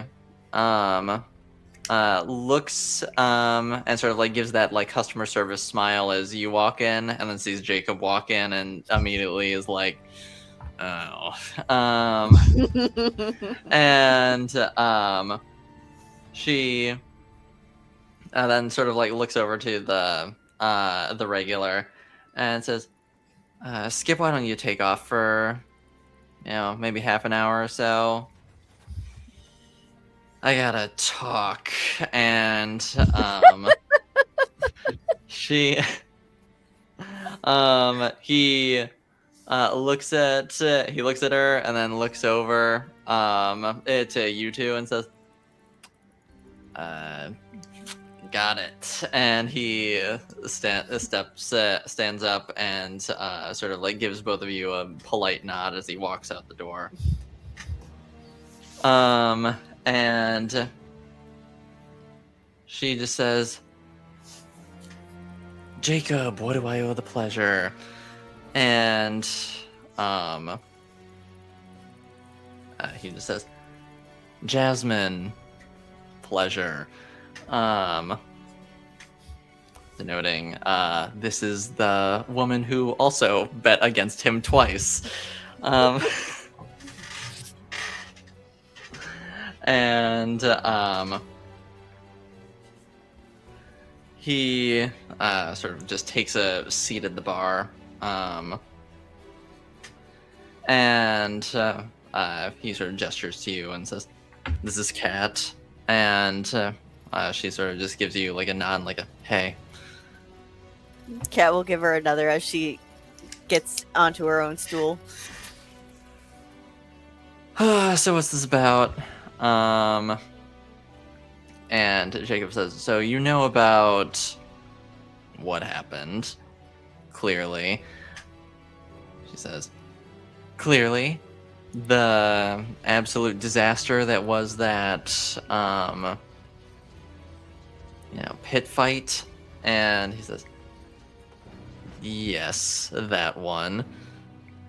She says, and I take it you're about to try and make it my problem? When quite frankly, I don't even know why it's your problem. And Jacob says, because, and he gestures to you, Kat, and says, Kat and a few other members of Bottle Street were enlisted by Roxy of the Dead Eels to look into what exactly happened. And Kat has brought to my attention that we're fairly certain as to who was behind it. And I would appreciate your assistance in dealing with her.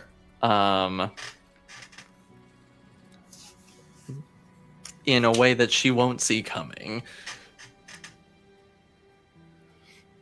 And she looks at Jacob and it looks over at you and says to you, Kat, so what's the deal with all this exactly?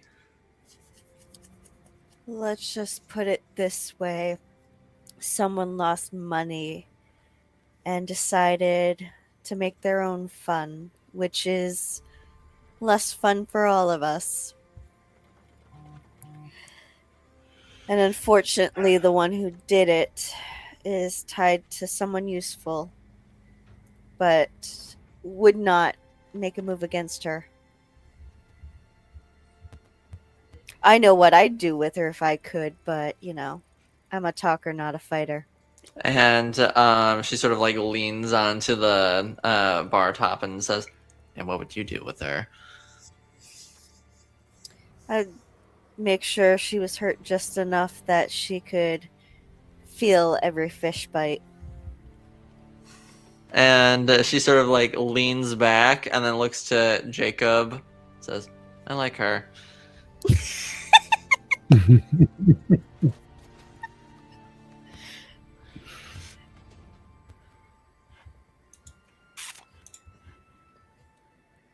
But let's just say the big man she's tied to, well, She says jump, and he jumps.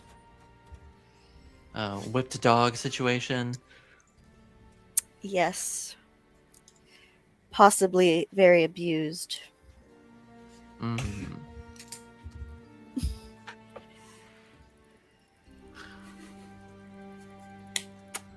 And she looks to Jacob and says, "You owe me, big boy," and then looks back to Kat. "But I like you, so I guess I'll see what I can do." Much appreciated. So we got a time frame on when this is going to happen, or when you would like this to happen? As quickly as possible if you can. We don't know what she's up to.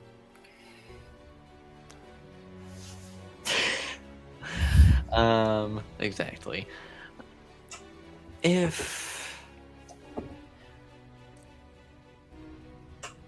Alright, if you give me the rest of the day, I can come up with something by tomorrow. Let's hope we have until tomorrow. Well, then maybe by tonight then. Kat will just sigh heavily and go, jail, slackjaw, or hoping she waits. And she'll start to get up.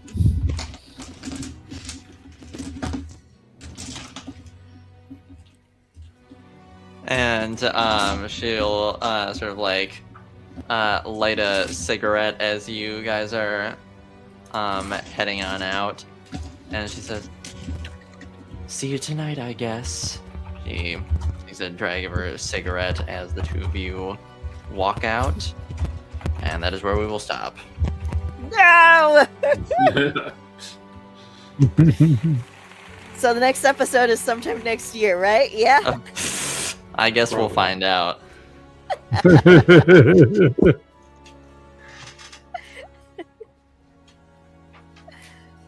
I want my explosion. Yeah, one of them. You've had one! I said, got one of them. No one was there to experience the other But one. the other one was like in the river and it's gonna sink the eel's boat. And I was like, that's the big fireworks one. Yeah, but nobody was there to see that one. So. No, if no one is there to see the explosion go off, does it really happen?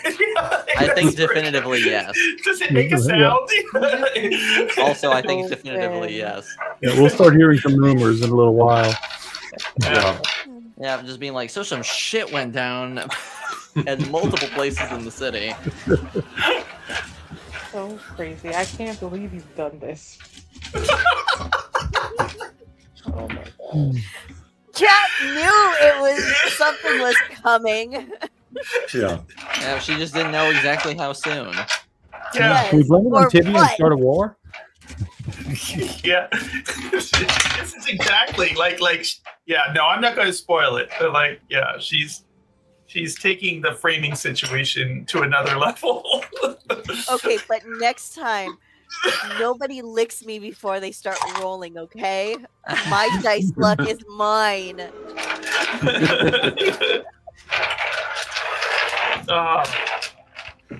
Well, thank you, everybody. It was good to get back together with the group. Yeah. Yes, it was a long time coming, but Yeah. we finally It got was. there. Yes. Yeah, so I did miss playing Caleb and Cersei. Although I didn't play much Cersei this episode, but I did miss playing Caleb. So he's a good guy. Yes, he's a good time. Yeah. He's a doodle bug. Yeah. Yes. Yes. If and when we come back, we just need to open with Symphony Number 9 by Dvorak. Exactly. Yes, you're right there. You are the same thing. That's right. That's right. As shit starts sinking and shit. Yeah. Yeah. That's right. Yes. Wait a little, some focal. Well, I guess we will leave it there. until if/when we come back at some point in the future. Who knows when that'll be? Realistically, Renew. That's right. That's right. If you want season 3 to happen, let us hear you. Like if you want more adventures in parenting from Yelizaveta, let us hear you. make your voices heard. That's right. No. We just want to see the aftermath of what the city will look like after the Well, in the meantime, whether it's here or on some other game we got going on the channel, hope to see you again, and good night, everybody. Good night. Night, everyone.